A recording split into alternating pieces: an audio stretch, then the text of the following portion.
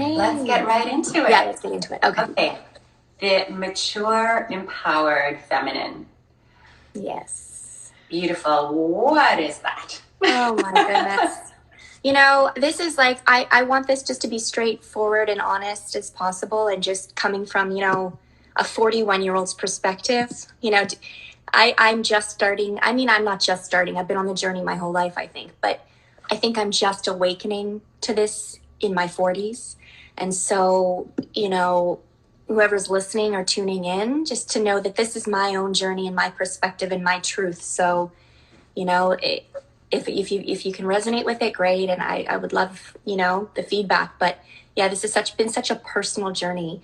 And for me, I think, you know, the empowered, mature, feminine, it happened. I found my portal through that and into that place was through pain, deep pain. And I want to be totally transparent about that, because I think it would be a disservice to other women hearing this if I didn't, you know, I said it was all like a bowl of cherries, and I had the most strong and supportive upbringing, and, you know, a mother who, you know, was the example for me, that, you know, I had women around me that showed me the way. I didn't at all. It was such a desert in terms of that. And I think I just from a very early age, I felt very disempowered, to speak my mind, to be my authentic self, to be my unique self. And I always felt as if I had to please other people and, you know, mold myself in such a way so that other people, usually women, would find me pretty and find me pleasing, and you know, and I had to be passive. And those were sort of the beliefs that were instilled in me from a very early age, was this idea that, you know, in order to be loved, I had to put on a show. And so it's ironic that in the end, you know, I through my teens and my 20s, I was trying to be an actress. I was an actress. I wasn't trying. I was an actress, and I do need to own that more. But again, that profession, again, disempowered me even further and traumatized me even further, deeper, because, you know, at my home life, I was given the messages of, you know, in order to be successful as a woman, you know, your power lies in your beauty and who you marry. And that's part of the culture that I grew up in too.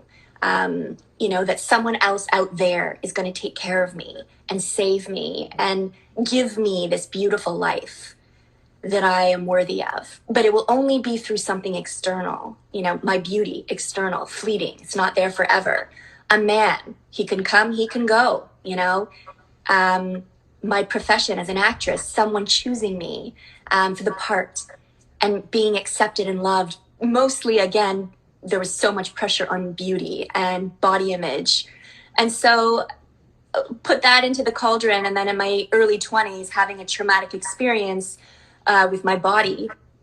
And then again, in my early 30s, having another traumatic experience with my body, two of them actually, it forced me to reckon with myself. And I had to, through pain, get to a point where, okay, you know, this is enough. I can't do this anymore, or I'm gonna melt.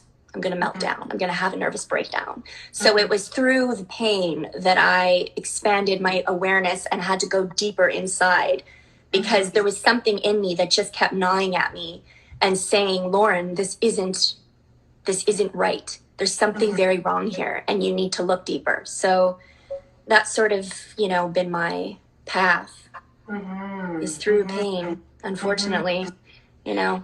And that's so often the case, that pain, you know, I recently blogged briefly about this, inspired by one of our chats, that, you know, we usually in our culture will told any form of pain, be it emotional, physical, mental, needs to be obliterated as fast as possible, right? So we don't show our pain. It's not something people talk about regularly, especially if it's emotional, spiritual, or mental. And the idea is, you know, find a way to solve it. The pain is the problem. But I think, and this is again through our conversations, that the pain can be a gift. So Yes. tell me a bit about your journey. Like, if you're open to it, what sort of pain were you in, and how did you use pain as a portal in your journey? Well, and here's the thing I want to be really clear about too, is at the time that I experienced the pain, I didn't know how to handle it. And I didn't know how to navigate it because I didn't have any role model to get me through it. Again, just like you said, you know, we're in a culture where, and if you're in a family where you grew up where pain has to be obliterated, pain has to be stopped right then and there, any kind of discomfort is not okay. That in itself produces so much anxiety in a human being, right? Because pain is, and pleasure, the duality of that is the human experience. And that's what I've grown to understand, so that I'm still working on it because I'm human and I still get afraid of pain, but I've gotten a lot better at learning how to, when I feel those emotions come up, or when I feel the darkness coming, or when I feel anxious, or when I'm grappling with some sort of chronic health issue, or something new comes up, instead of going to the place of fear, now I'm really trying to harness the place of love and compassion and kindness to myself, and not feel like I need to fix it right away. That I have space and I have time, and I can be more patient with it, and sit with it. That it's okay to sit with it, and you don't have to figure it all out. So at the time, you know, when I experienced, for example, the trauma I had in my 20s, when I was 20, I had laser eye surgery and it went wrong, and had a very horrible chronic issues in my 20s from it. And it was definitely traumatic in terms of when you're told, and the belief system that you're told is, you know, your beauty is what matters. Your beauty is what's going to get you places. It's going to open the doors. It's your access to power. When that's challenged, and you have a surgery and you look in the mirror and you're like, but my eyes don't look the same anymore. Mm-hmm. My eyes all red. I can't see out of it. It's hurting me. It's physically hurting. It doesn't look right. It's like literally the universe took my life, you know, it was like, here, we're going to give you something that's going to really challenge that paradigm. It's going to really challenge that belief system. And you're going to have to like really face it at 20. It's like, oh my God. So at the time, no, I didn't have, unfortunately, the women around me or the example of how to work through that. And so I guess that's kind of why I do what I do is, you know, I'm a massage therapist, but I like to consider myself more than just, you know, someone who rubs your achy muscles, even though that's really nice and I get it. I like my muscles rubbed. But I also specifically, I find with women who I really resonate with and who struggle with similar issues, I really try to, you know, be that guide and help women, you know, own their bodies, all their imperfections, all the things they think that are wrong with them. That I'm hoping and trying, and that's my mission, is to get women to get back and own their bodies with all of the things that have happened, whether it be surgeries that have gone wrong or whatever it is, or chronic issues, or just plain just not liking their body, you know, what they see in the mirror. Mm-hmm. And on that note, the irony of it all is, you know, the things that I have found to be my issues or things that aren't perfect about me. You know, when I was a little girl, I didn't like my arms because I thought they were so thick and like fat. Like I would look at other girls and I'd be like, I want their arms. They're so graceful and petite. And, you know, that's what men like. That's what's beautiful. That's what I see on the magazines, you know. These arms are the things that have given me a profession. There's these strong arms have given me my deepest calling. So these things that we consider to be imperfect about us are actually the very things that are the gateway to our power. Mm-hmm. So, and again, you know, that notion of perfect and perfect, that's just patriarchally constructed, right? Again, and then we don't even need anyone to say that to us because we so deeply internalize, you know, we become our own oppressors. So sort of that journey to free ourselves from those mental constructions that have such an impact in how we show up in the world, you know, because if we think small about ourselves, we're going to show up small. Mm-hmm. We're not going to take risks. You know, if we think we need to wait to be chosen, we'll never choose ourselves, you know. And I think how deeply profound is that that the trauma was to your eyes. I know.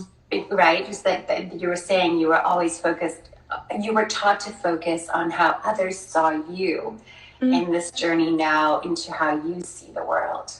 Right? And I never even thought of it. I never even see, you're so insightful. I never even put that piece together. You just told me right now. I never even saw it like that. But yeah, it's ironic, isn't it? That, yeah, totally. Yeah. You're right. Yeah. So, you know, and I love how you worded it, that sort of the wounded healer. What are some of the practices that you use in your daily life to harness a deeper connection to your empowered, mature feminine? Yeah.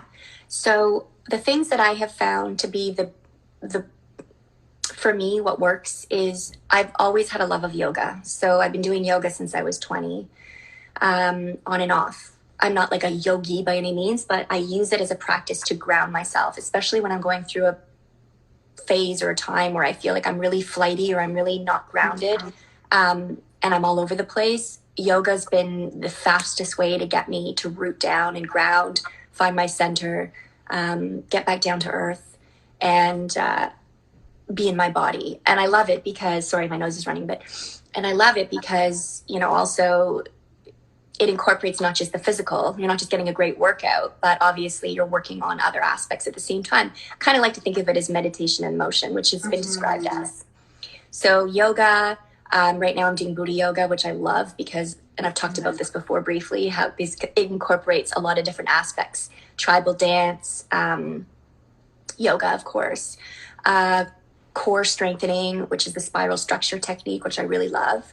And just like very empowering, just the moves that they're using, a lot of heart stuff, a lot of rotations, really gets you into your feminine power. So I just love Buddha yoga. So exercise is key. And when I can't do my ideal workout, just getting out in nature, just like, you know, sometimes we're so like in our heads and we're so like on the computer doing our job or, you know, thinking and focused on something, and we forget the expansiveness and the beauty that's all around us. And so sometimes when I'm really in my head or I'm anxious, I'm like, okay, I need to go outside. I need to take a walk. I need to get on my rollerblades or go for a bike ride, even if it's just around the block or something. Just get out and change the scenery. So that's been key. Also, I think this is really important. I don't think people talk about this enough, so I'll bring it up. Who you surround yourself with, you know, is huge, huge. And, you know, being really aware of the energy and the feelings that you're feeling when you're around certain people, because that really has a strong effect on your state of being. Yes. It is so important to surround yourself with other like-minded people, man, woman, it doesn't really matter. But I think as women, because we've been so wounded through generations and generations and thousands of years of patriarchy and this toxic masculinity, I think as women, if we want to get empowered, we got to look to other women who are empowered, you know, or who are at least wanting to go on that journey with us. And so, you know, sometimes that means, unfortunately, letting go of some relationships that no longer, that we've outgrown, you know, and sometimes it's even, unfortunately, family members. Because here's the thing, Maya, that I've come to understand to be a truth from my experience is we can be doing all of the work necessary to grow and to feel empowered and to be in our, you know, feminine, divine, whatever you want to call it. But it's really hard, and it's not an easy journey, and it takes a lot of courage. Yes. And it's so easy to fall off the wagon, to be distracted, to feel doubt, to feel the fear. It's really hard. It's like when someone's trying to not drink or, you know, kick a habit, you know, or be on a, you know, a healthy lifestyle. It's so hard to stay the course, and it's so easy to fall off. And so it's really important when we're empowering ourselves as women to not, to surround ourselves with other women who are like-minded and create really strong boundaries around people who zap our energy, who are toxic to our system, especially if we're super sensitive and empaths like you and me are. You know, just to have really strong boundaries around the people that we let into our life, because they have an effect on us, whether we like it or not, whether we're conscious of it or not, they do have an effect on us. So it's important to, set boundaries. And on that, And you know, absolutely. And that, like you say, is really tricky when again, we're often defined by how good we are in our roles relative to other people. That's right. You know, we're assessed based on, you're a good daughter, you're a good sister, you're a good aunt, you're a good mother, you're a good wife. And what fulfilling that role, or just choosing not to be equated as what we do for others alone, if that relationship is toxic, is a huge, like you say, something very, very courageous to do. To say, well, that relationship may be a relationship that has been ascribed to me at birth, but it no longer serves my highest self. Yes. So how have you gone about setting boundaries in that situation? It's a life, like, it's not an easy thing, and it's never been I didn't grow up with healthy boundaries. I wasn't raised with them. So for me, it's been a real reparenting process. Because that's really what it comes down to, is we have to reparent ourselves in a way. And, you know, looking to mentors and asking how they do it. And I've been fortunate enough to be surrounded by I have a wonderful group of girlfriends. And I feel very blessed and grateful for that. And I have in my life met a few wonderful women who have been sort of like mentors to me. One in particular, I'll throw my hat off to her if she's watching, or she can watch it later, is a dear friend of mine who was an actress. When I was in my mid-20s, she was in her 30s. She was 10 years older than me. And her name's Carrie McPherson. And I can't even tell you how much she's been such an ally to me. And my love for her is so deep and so strong, because she really showed me through her own unraveling and her own journey what it is to be a sovereign woman. And, you know, it just, it's my life's work, you know, and boundaries, they come, they go, you know, you live and you learn. I think the clearest way that I can describe healthy boundaries is, if it doesn't feel good, walk away. And that doesn't mean you have to end the relationship. It just means you might have to walk away for 10 minutes, you know, and then come back when you can respond and not react. Because the biggest trap that I fall into with boundaries is I react. I get reactive. I get triggered and then I react. And that is, you never win that way. You just never win that way. So it's when someone triggers us and someone hurts us, the best thing you can do, you don't fight back. The divine woman, the empowered, mature, feminine woman, she doesn't fight back when someone has gone below the belt. She rises above, she walks away, she decides maybe that part of the relationship no longer is working, so I'm not going to talk about these things with this person anymore. I'm going to talk about other things. I'm going to have clear boundaries around what this relationship means to me and what I know I can get out of it. Mm-hmm. Because here's the other trap too, and it's important to say this because I've been fallen victim to this, is we try to change people, right? We try to make them understand. We try to go, listen, understand me, hear me. I want you to love me. I want you to accept me and see me as, but there are some people out there, I hate to say it, but there are some people out there that just never will.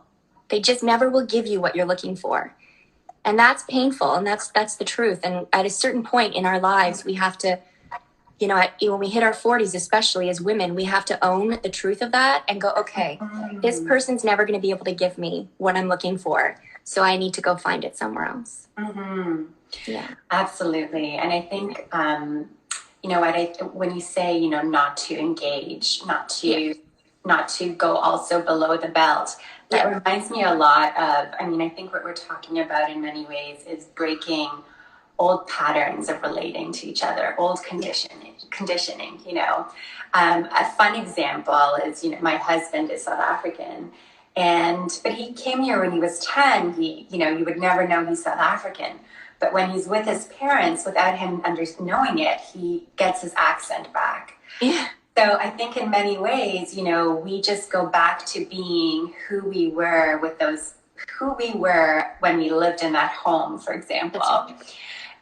Not the accent is a metaphor for other ways of engaging with someone. Yeah. But I think to be able to say, I am no longer going to engage in those old patterns. Those patterns stop with me. And if I'm not engaging in them, there is no pattern, because it takes that dynamic, right? That's so right. If I let it go, and then the other part has been so freeing for me, the gift of aging is this person is on their journey.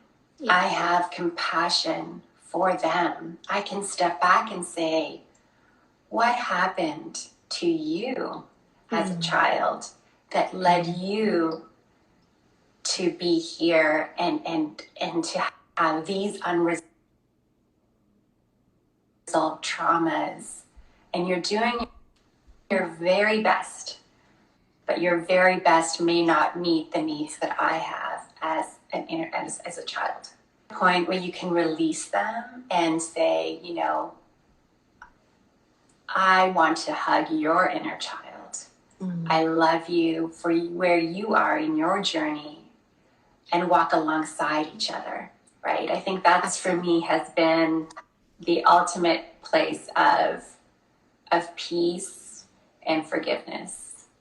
Absolutely, Maya. You're so right on. And that is the ultimate goal. That is the ultimate goal, is to be able to sit on the dock beside that person that has deeply wounded us and forgive them and forgive ourselves, and to be able to sit side by side and accept all that is, and love them with compassion, with all the wounds and all the things that have happened in the past, and be able to see them for who they are and just accept it. And then, yes, move from that place. And that takes, like I said before, it's harder than it looks. You seem to have mastered it more than me. I don't know. I think, you know, but it's the goal.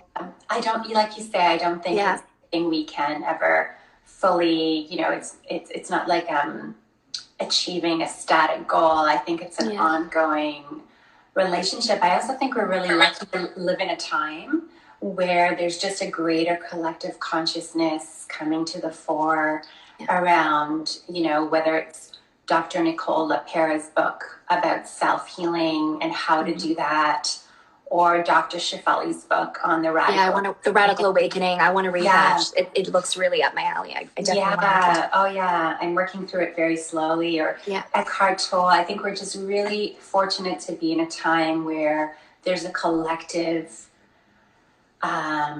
movement towards self-healing and saying, you know, that stops with me. Yeah.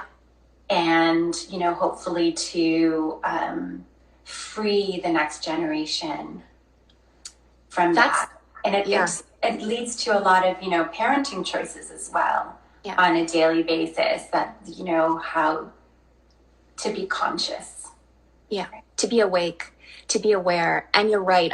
I do think there is this movement happening where the wounding, the intergenerational wounding, specifically if we're talking about women, the intergenerational wounding of women I think this generation and the generations hopefully to come, I can already see it. They're like eons ahead of us. It's happening quicker and quicker and younger. But the key is to stop the wounding with us. It stops with us. And so we don't carry it forward with the next generation, with our sons, with our daughters. We don't pass on that trauma to them. We stop it. You know, that's the goal. I mean, that's the goal. I realized that, The big goal. Yeah, that's the goal. But I realized that, there are things that I may still not be aware of, or ways that we never know how something will land in a child and their psyche and how it will play out. But if I'm able to say in 20 years, I parented with self-regulation, with compassion, empathy, healthy boundaries, with daily love and attuned presence. And that's a struggle, because I feel the call of the phone. I feel the call of, social media, and just to say, I'm here. I'm emotionally and mentally available to you. Let's play, and hopefully it does stop with us. Hopefully. And I think, what, just the awareness alone, like you said, the awareness is half the battle, right? And having that awareness of like, this is something that I want to create for my family as a parent. This is how I want to be a mom to my kids. I want to give them these beautiful gifts that I, didn't have as a child. And I want to pass this legacy on and change the story. I think that just in and of itself, the attempt, the bravery that it takes to do that, and the courage that it takes to do that, you start there, and I don't see any, I see only good things for us and for all women who, and men too, let's not leave the men out. They've gone through their stuff. So yeah, that's the place to start from. Thank you for your time today, Lauren. Oh, you're so welcome, Maya. I appreciate it. I really do. Thank you so much. At any time. Love and light to you. You too. Okay. See you soon. Bye.